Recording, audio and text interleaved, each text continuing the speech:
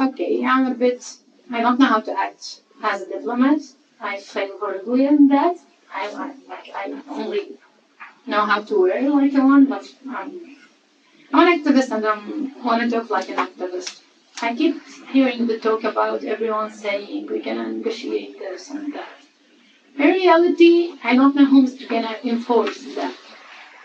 Those saying there is nothing else besides political solution to the person who is doing everything in his power, it's not gonna solve the issue.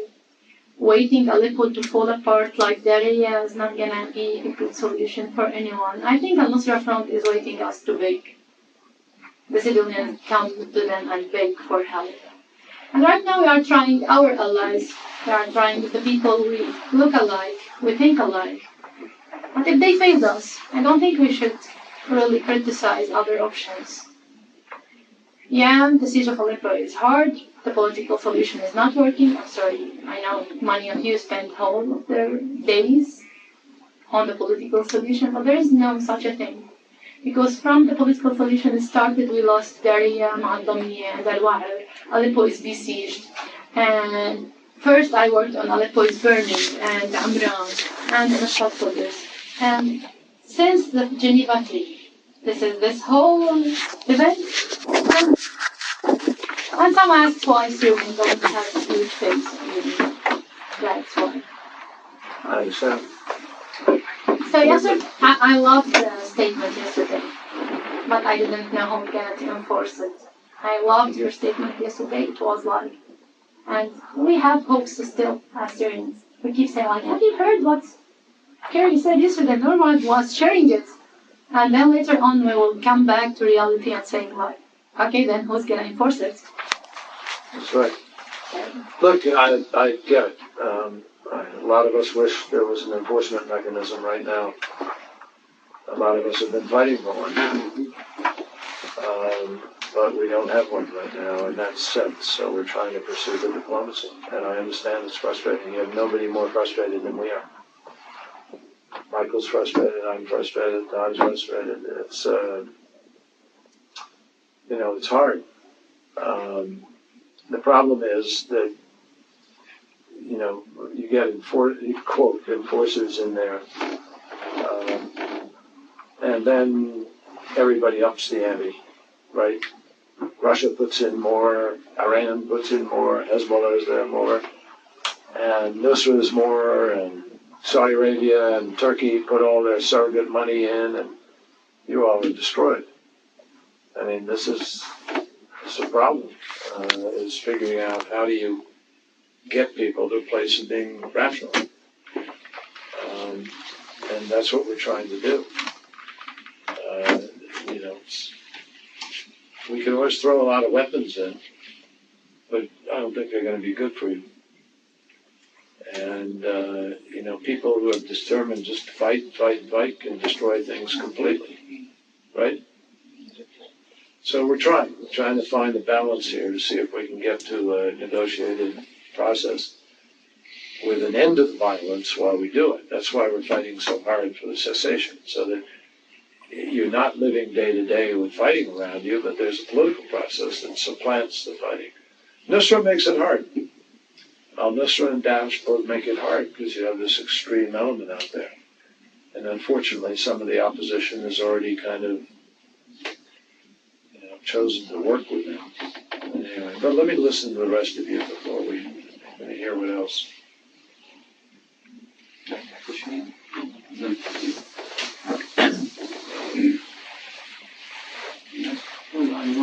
أنا ما بدي حكينا كتير نحن بدنا نسمع شو فيه.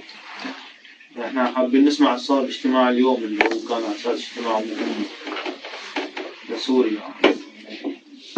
حكينا كتير صار وصلنا كتير رسائل. أنا بتمنى نسمع إحنا شيء على اللي حكيناه يعني. ما بتمنى أعيد نفس الكلام مرة ثانية.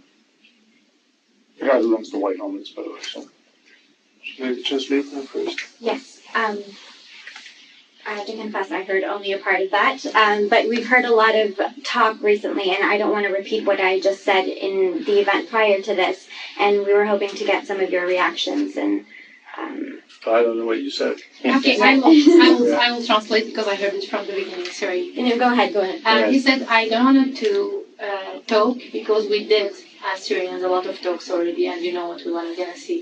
But I knew you were in a really important meeting, and I wanted to ask you what happened in there. I wanted to know from you what's happened in that meeting. So what happened is we told the Russians and the Iranians that we can't just do the same thing. We can't just go out and announce the ceasefire if there's no change to show that it's serious. Translation. What? Translation. احنا اللي قلنا انه كنا بالاجتماع حكينا للروسيين والايرانيين انه ما بنقدر نضل نعمل نفس الشيء نفس المسلسل انه نحكي انه في وقف اعمال عدائيه بس ما يكون جدي. So we proposed to the Russians that they prove that they're serious by having no warplanes flying, no Assad planes flying for 7 days, at least, in order to prove to the opposition that they're not going to get killed if they're trying to help people or if the humanitarian assistance comes in, because it's the airplanes which have been causing most of the damage. فاحنا اللي اقترحنا لروسيا انه اثبتوا انكم انتم جديين من خلال انه ما يكون في اي طيران بالطائرات الحربيه التابعه للنظام على الاقل 7 ايام عشان نفرجي المعارضه نثبت للمعارضه انه هم بيقدروا يعملوا عمل اللي بدهم اياه بدون ما يتم قصفهم وبرضه نثبت انه العمل الانساني ممكن يتم بدون ما يتعرضوا الاشخاص اللي بيقوموا فيه للقصف. So the Russians were willing to offer 3 days, and we said that's not enough. That's a game. You got to be serious here. The deal we made in Geneva said 7 days consecutive of calm before we would talk about focusing on Daesh and Nusra. فالروسيين حكوا انه رح يعطوا 3 ايام بس احنا حكينا هاي يعني لعبه انتم ما عم بتكونوا جديين. احنا الصفقه اللي اتفقنا عليها بجنيف بتحكي 7 ايام وبعديها بيبدا التعاون ضد النصره وداعش. So that's really where we had a lot of discussion. Many ministers felt that Russia needed to provide this guarantee. فصار في كتير نقاش وكتير من الوزراء شعروا إنه روسيا لازم تعطي هاي الضمانات. Some talked about increased monitoring, that we need to get monitoring in, which we all agree, but we're not sure who can do the monitoring and how they'll be safe. ففي البعض اقترحوا إنه لازم يكون في مراقبة أكثر رقابة أكثر ولكن إحنا ما نعرف مين الجهة اللي ممكن تقوم بهذه الرقابة وقديش راح تكون آمنة. And that's really what happened in the meeting. The Russians are sending the idea back to Moscow. And we'll learn tomorrow whether it's yes or no or some variation. فالروسيين راح نقلوا هذه الأخبار لموسكو بكرة راح نعرف إذا أو لا. That's where we are. هذا هو النقطة اللي إحنا فيها حاليا. Thank you. What is your idea of what would make a difference? إيش فكرتك عن إيش كيف ممكن نغير أو يكون يحدث تغيير؟ هلا بصراحة أنا ما أتوقع الولايات المتحدة هي بحاجة لنظام رقابي بسوريا. To be honest, I don't think the U.S. should have a monitoring role inside Syria. It needs to. Needs to have one. في طائرات بدون طيار، في أقمار صناعية، في مؤسسات عاملة في سوريا، منظمات مجتمع مدني بسوريا، أكيد كلياته يعني أتوقع الأقمار الصناعية والطائرات بدون طيار بتطير في صفوف سوريا هي أكيد شايفة الخروقات اللي عم تصير بسوريا. We have planes without pilots, there are satellites, we have civil society organizations working on the ground that can see these violations. نحن صراحة بعد قصف القافلة الإنسانية من قبل الطيران السوري أو الروسي ما تأكدنا نحن من نوع الطيران تعرضنا صار قدرنا نحصل عدة تسريبات صوتية بتقول إنه رح يتم استهداف مراكز الدفاع المدني بعد الفيديو اللي طلع وشفنا نحن تصريح وزارة الدفاع الروسي اللي بتقول إنه إذا بدكم تعرفوا مين قصف الطيران مين قصف القافلة يسألوا الوايت هيلمتس. After the convoy was bombed by either Russia or Syria or the regime, we're not sure at this point, we received leaked voice messages that are saying that the white helmets or white helmets locations will be specifically targeted, and that if the Ministry of Defense is asked about what targeted those areas, they would say white helmets or the Syrian civil defense. ما بتوقع روسيا هي قادرة تكون ضامنة للأسد لأنه هي شريكة لا تعتبر هي طرف سادس. احنا نعتبر روسيا هي شريكة مع النظام بقصف السوريين بقتل بقصف الأسواق الشعبية بقصف حتى فرقنا نحن سجلنا خلال من شهر السنة الماضية بداية التدخل الروسي من أول يوم حتى اسقاط أكثر من 17 شخص قتلوا من الدفاع المدني على أيدي بالقذائف الروسية. We don't believe that Russia can be the guarantor of the actions of the regime. We see Russia as a partner of the regime in bombing Syrian civilians, marketplaces, even our own teams, the Syrian civil defense teams. We've documented since the start of the Russian intervention in Syria, from day one until February of this year, more than 17 of our Syrian civil defense personnel have been killed by Russian strikes. Do you have any videos of the airplanes of these strikes? هل عندكم فيديوز عن هذه الضربات من الطائرات؟ Can we get, I mean, I've been looking for videos for ages. I've been asking for them. هل ممكن نحصل You don't get عليهم؟ أنا صرت them. فترة بدور عنها. في فيديو أحد الفيديوهات المصور بسرمين يصور لحظة سقوط الصاروخ على عناصر الدفاع المدني وهن عم يقوموا بإخلاء المدنيين. موجود على الإنترنت هلا ممكن نطلع. So can I just say, we get a lot of videos of the victims of these attacks that are terrible, but they don't help us. We need videos of the actual aircraft and the munitions, and there's a lot of them on the internet, and we don't know whether they're real or not. So verified videos of the actual aircraft is the most useful thing. And often when we see the videos of the aircraft, it's, and then, you know, in their defense, it's hard to capture the aircraft in the moment of dropping the bomb. So you see the aircraft, and then a few minutes later, there are people on the ground dying. But Yeah, no, I understand. what is actually very helpful is photographic or video evidence of the munitions, particularly if there are large fragments which can be identified. Michael, by the way, do we have people in Aleppo where the trucks were hit looking for the munitions evidence? Yeah, I understand they are actually. Can you make sure of that? Can we get that back to us in a sort of verifiable? Yeah, so I just heard today the UN actually wants to start taking that on in an organized way to actually do some kind of a real team to go out and investigate it. Well, they're going to jump on it before it all gets cleaned out of there and see what they can And get the good people too. You can certainly tell if it's an advanced Russian munition. Yeah. That's Right, but I mean, they've got to get right on it. Yeah, and I think they are actually. Would you check? Yep. Yeah, thank you. Who else? I'm Dr. Mahmoud Mustafa from the Doctor Station.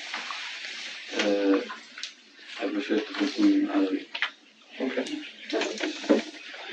هلا بعتذر إذا كلامي بيكون قاسي لأنه أنا طبيعتي طبيب جراح يعني أو ممكن الشيء المر أو الشيء اللي شفناه التجربة اللي عشناها هي خلتنا شوي يكون هيك قلوبنا قاسية يعني نحن يعني أنا نحن مؤمنين إنه الكل متورط في النزاع في سوريا والكل جزء من الحل. Translate first now, Yeah, absolutely. I apologize if what I'm going to say is a bit harsh. I'm a surgeon by profession, and just from what I've seen and what we've experienced, our hearts have hardened. I believe that everyone is involved at this point in the Syrian crisis, but that also means that they're part of the solution. يعني نحن على ثقة إنه يعني لازم يكون في هناك أكشنز يعني أكثر من الولايات الولايات المتحدة بخصوص الموضوع في سوريا، يعني بخصوص الكرايسيس في سوريا. يعني نستغرب ليش الروس يعني واقفين بصف النظام بهي القوة، ودول أصدقاء سوريا يعني نشوف يعني في تخليات عن الموقف اللي السنة الماضية، اللي يعني كل سنة عن سنة عم نشوف هناك تراجع بقراراتهم أو تراجع بكلامهم. يعني بالنهاية والكل بيعرف مين اللي بيخترق الهدنة، يعني لسه بحاجة لفيديو أو بحاجة لتصوير أو لإثباتات لهذا الموضوع. الأمر واضح، لكن بحب بس أأكد عن موضوع فك الحصار في مدينة حلب. يعني الموضوع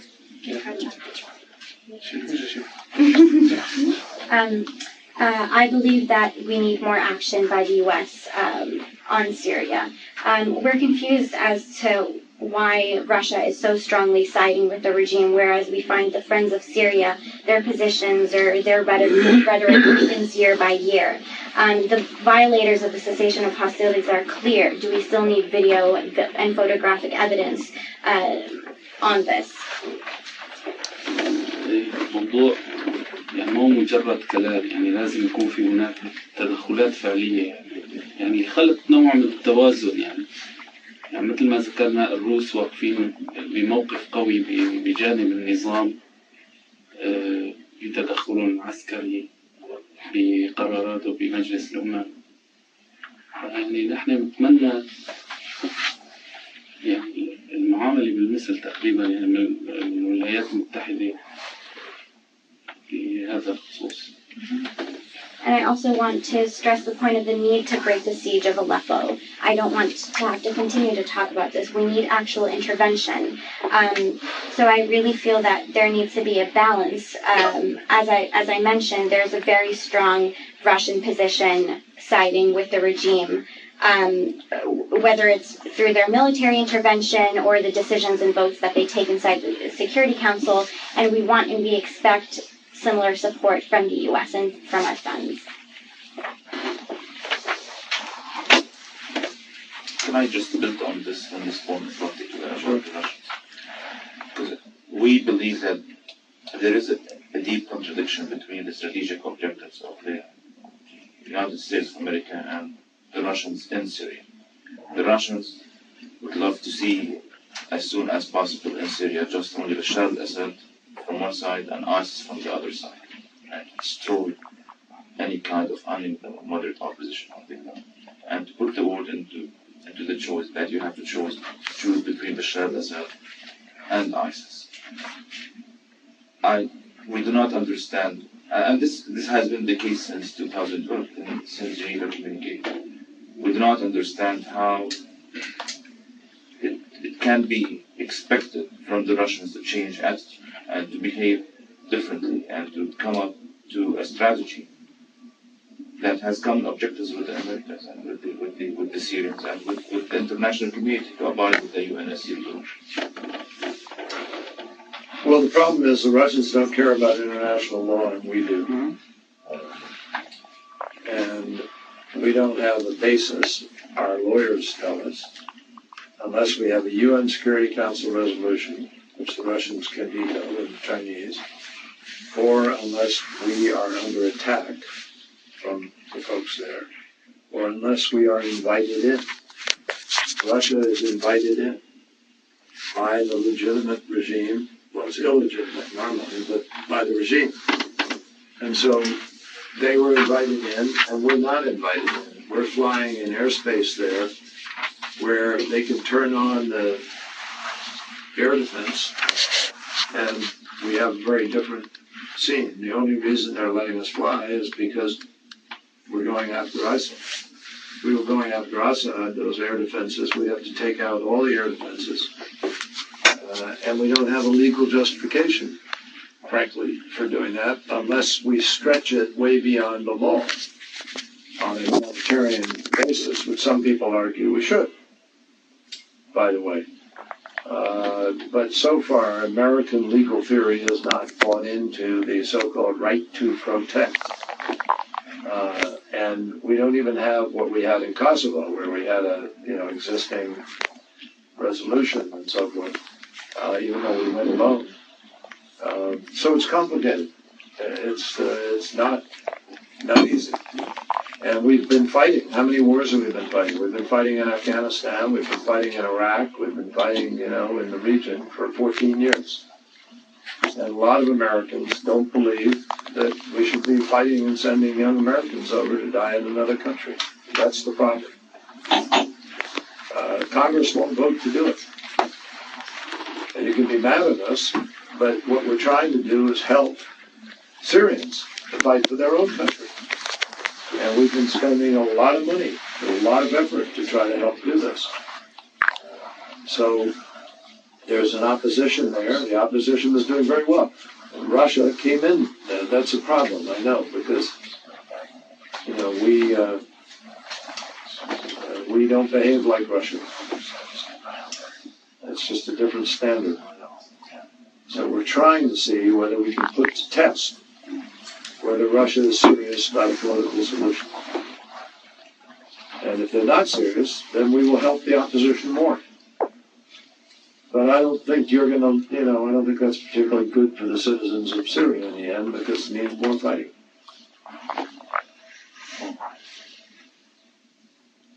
I would like to add something about the practical point that now the world always focused on the extremist Sunni groups fighting in Syria. And in Vienna communique, when the agreement spoke about having a credible and non-sectarian governance in Syria, that was difficult to sell to the communities on the ground and to our fellows and to our activists, because it speaks only about the extremist Sunnis and ignores the extremist Shia fighters who are coming from Iran, from Hezbollah, and Lebanon, from Iraq and other areas. Well, they're a terrorist organization. We've designated them a terrorist organization. Yeah, but according to the Russian-American agreement, the airstrikes in Syria would be only against the extremist Sunnis. Yeah, because the reason for that is that they have both basically declared war on us and are plotting against us. And Hezbollah is not plotting against us.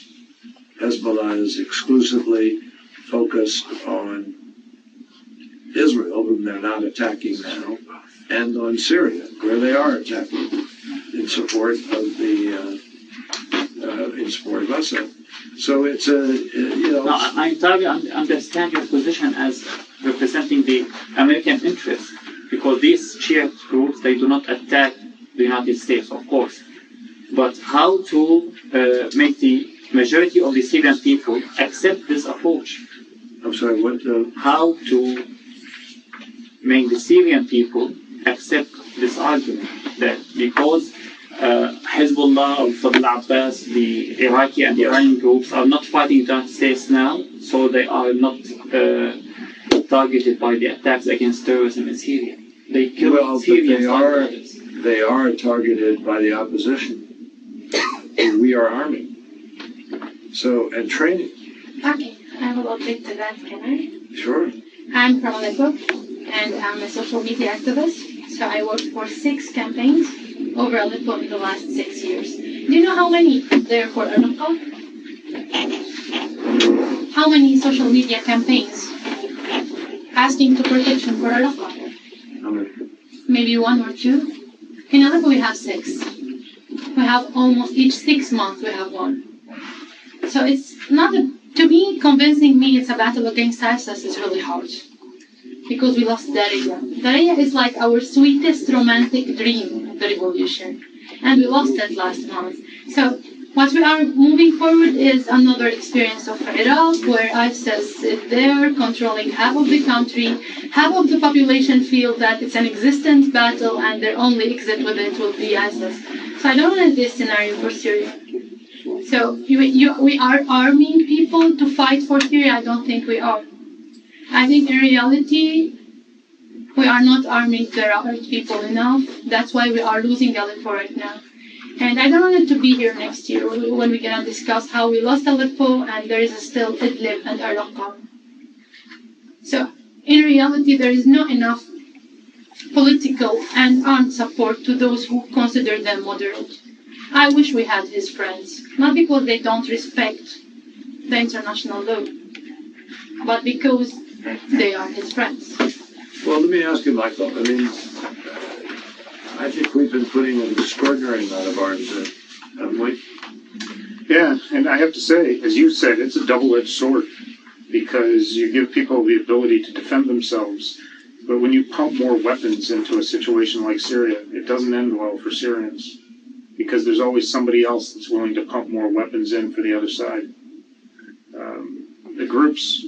The armed groups in Syria get a lot of support, not just from the United States, but from other partners. And we've never said that Qatar, Russia, Qatar, Turkey, Saudi Arabia, huge amount of weapons coming in, huge amount of money. But pumping weapons in causes someone else to pump more weapons in, and you end up with Aleppo. I mean, the reason Russia came in is because ISIL was getting stronger. Daesh was threatening the possibility of going to Damascus and so forth. And that's why Russia came in, because they didn't want a Daesh government. And they supported Assad. And we know that this was growing. We were watching. We saw that Daesh was growing in strength. And we thought Assad was threatened. We thought, however, we could probably manage, that Assad might then negotiate. Instead of negotiating, you got Assad. Now you got Putin to support him. So it's truly complicated. I mean, you know how complicated it is. You live in it. But for us politically, where we have a Congress that will not authorize our use of force, Congress will not pass that. And so we're trying to help the best way we can, but we finally decided the best thing we can do is try to find a way to have a political solution where the opposition is part of the government. And you can have an election and let the people of Syria decide. Who do they want? You don't believe in an election? Let's go and elect Hitler then. Yeah, I don't. I think that there is accountability to that person. He killed a million. Well, why can't you have accountability at the ballot box? And what? Why can't you have an election run by the international community? Which we don't trust already. Okay, then. Well, you got to start somewhere. Okay, If so the international community sets up an election under the strictest standards of elections, and people in all the camps and all the diaspora are allowed to vote, which was the agreement.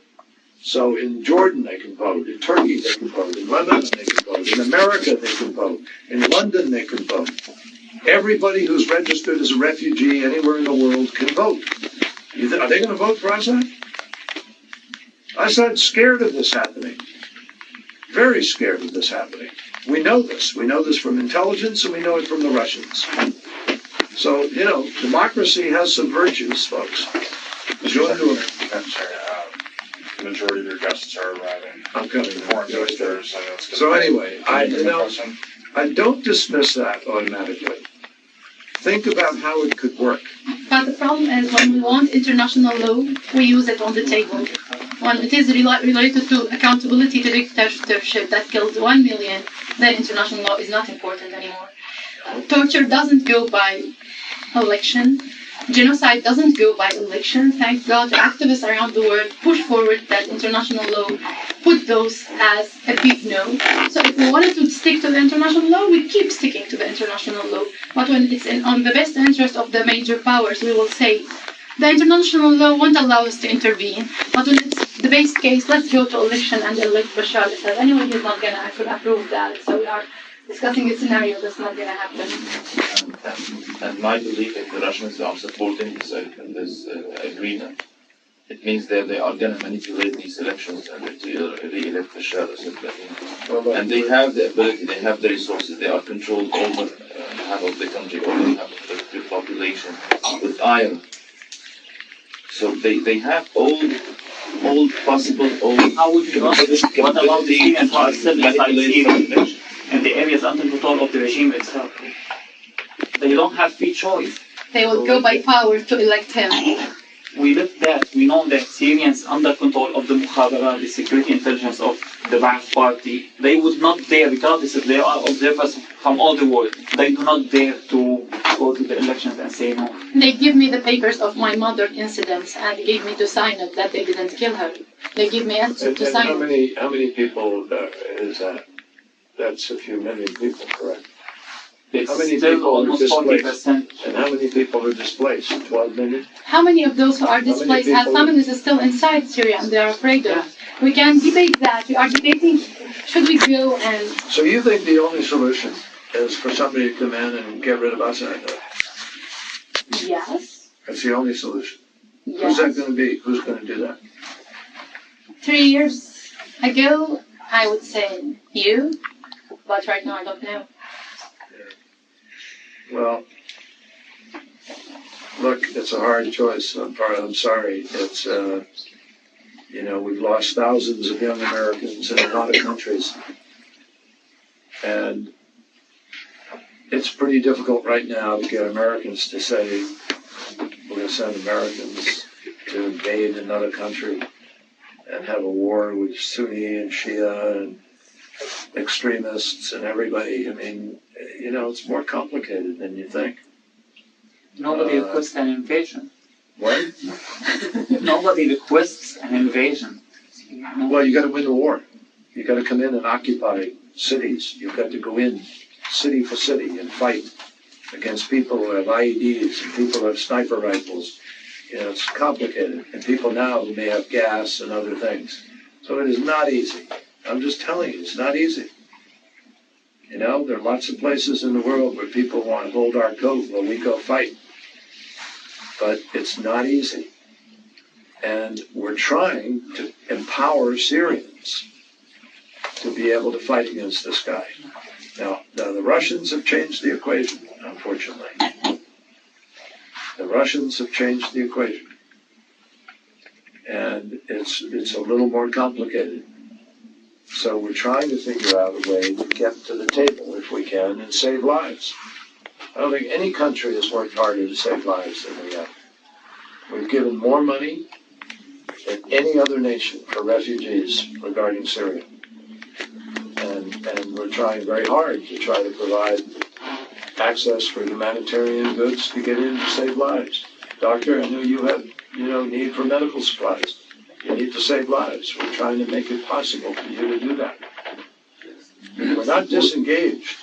We're not saying, oh, we're sorry, we can't do anything.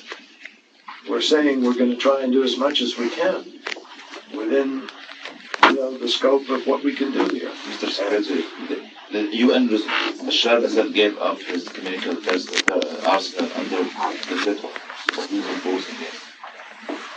This is the only case when he responded to UN security. I have partially, because the transition, according to Geneva Communique, is part of UNSC 2118. He did not abide that part. He abided only to the chemical one. I think you're looking at 4 people in the administration who have all argued for use of force. And I've lost the argument. I've argued for use of force. I stood up, I'm the guy who stood up and announced we're going to attack Assad because of the weapons. And then, things evolved into a different process. But the bottom line is that the Congress refused even to vote to allow that. Tony Blair went to Parliament, lost that vote. Okay, I have one question then. What is the bottom line? How many Syrians? What is the bottom line? Because chemical is there and it wasn't the bottom line.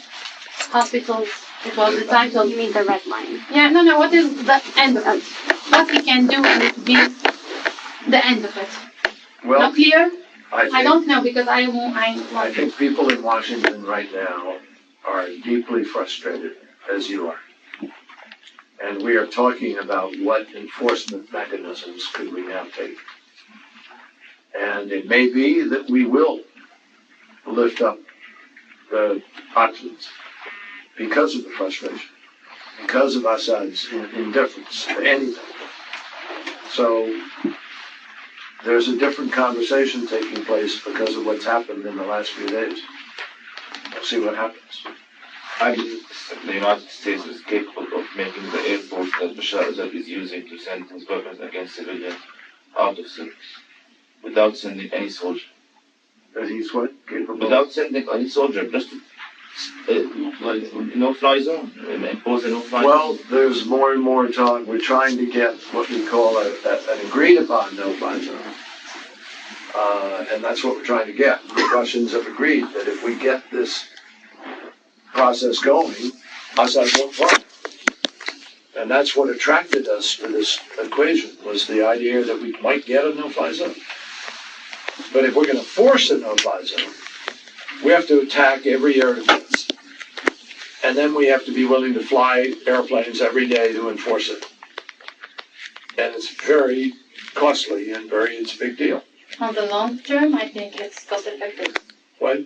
In the long term, because if we did it in 2012, it would have been without ISIS. If we do it in 2013, right now in 2016. So cost effectively. In 2012, a lot of us were saying we should be sending people in and helping you.